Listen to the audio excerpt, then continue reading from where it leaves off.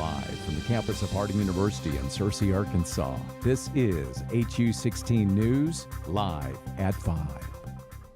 Welcome to HU16 Live at 5. I'm Coleman Bevel. And I'm Grace Nichols. Changes might be coming to a local town's procedure on allowing alcohol in private clubs. BB's current procedure leaves it up to the police chief to determine if an application will be sent to the Arkansas Alcoholic Beverage Control Board. The new proposal would let the City Council vote on the forwarding of the permit to the ABC. The city currently only has one private club, and new applicants would have to pay a $1,000 fee to the city. And the Arkansas Department of Health is reissuing medical marijuana cards originally issued over a year ago. The cards were granted for patients who met the qualifications before medical use of the drug was legalized.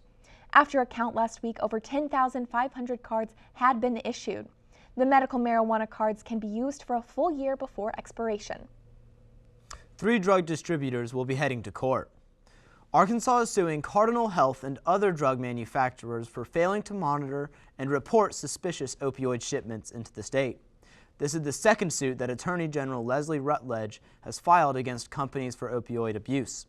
And now at least 40 states have sued drug companies due to opioid abuse. Later in the show, we'll have a more in-depth report on a U.S. attorney's lawsuit against one of the nation's biggest pharmaceutical companies. And Arkansas lawmakers have adjourned, ending the 2019 legislative session. When the next session opens, the state's budget is said to be the first order of business. Before adjourning, senators approved a measure changing Little Rock from a city manager to a city mayor-council form of government. That measure now heads to the governor's desk. The Garland County Jail will temporarily no longer be taking female inmates arrested or convicted of misdemeanors.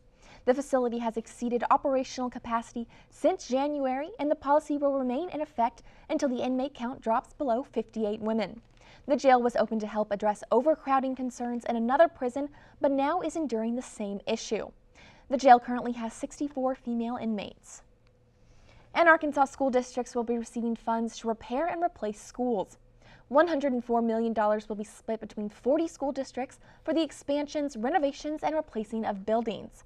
The funding comes from an Arkansas program started in 2006, but after the Supreme Court declared that public schools were inequitable and unconstitutional. West Memphis School District will receive the most funding, getting $20 million to replace 3 junior high schools. And yesterday afternoon, Harding's campus went under a lockdown drill to go over safety procedures. HU16's Megan Lee is here with more details. Thanks, Grace. At 3 p.m. yesterday afternoon, alerts were sent out to everyone on campus to remind of the lockdown drill taking place. The text sent out stating that this was a drill. It was advised for everyone to seek shelter, lock the door, and turn out the lights. The main procedure drill took place in and around the Ezell building. Nursing students would practice taking care of wounded victims, while public safety and policemen handled the situation as if pursuing an active shooter inside the building. Towards the end of the drill, EMTs landed the Unity Health helicopter in front of the Reynolds building. Overall, the drill was to help prepare this campus for a disaster.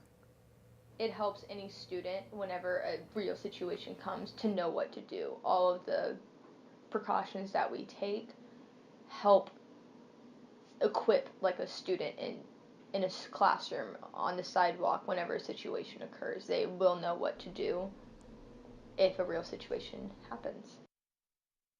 Held across the entire main campus, and it only lasted for about 10 to 15 minutes. That's all I have for you. Let's send it back to the desk. Thanks, Megan. McDonald's wants to be more age inclusive. The fast food chain said Wednesday that it is participating with AARP to help attract older workers.